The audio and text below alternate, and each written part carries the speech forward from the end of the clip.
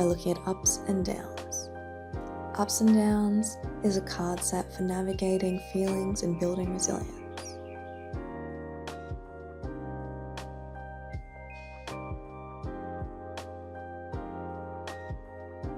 As we can see in the cards, this non-gendered figure is every person in their bathtub.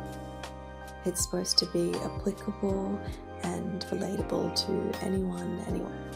It can be used in so many different contexts, in counselling, personal reflection, in-home care, and many more.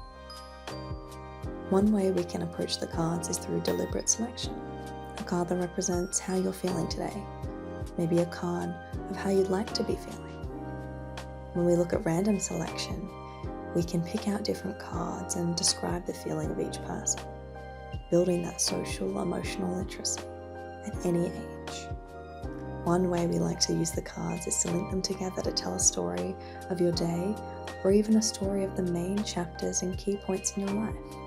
A great way to use these cards is to establish goals and purpose, to work out what our next year will look like, or even our next day. We hope you enjoy using Ups and Downs. Reach out if you've got any questions or need help on how to use the card set. Take a look at our online digital toolkit with heaps more tips and tricks.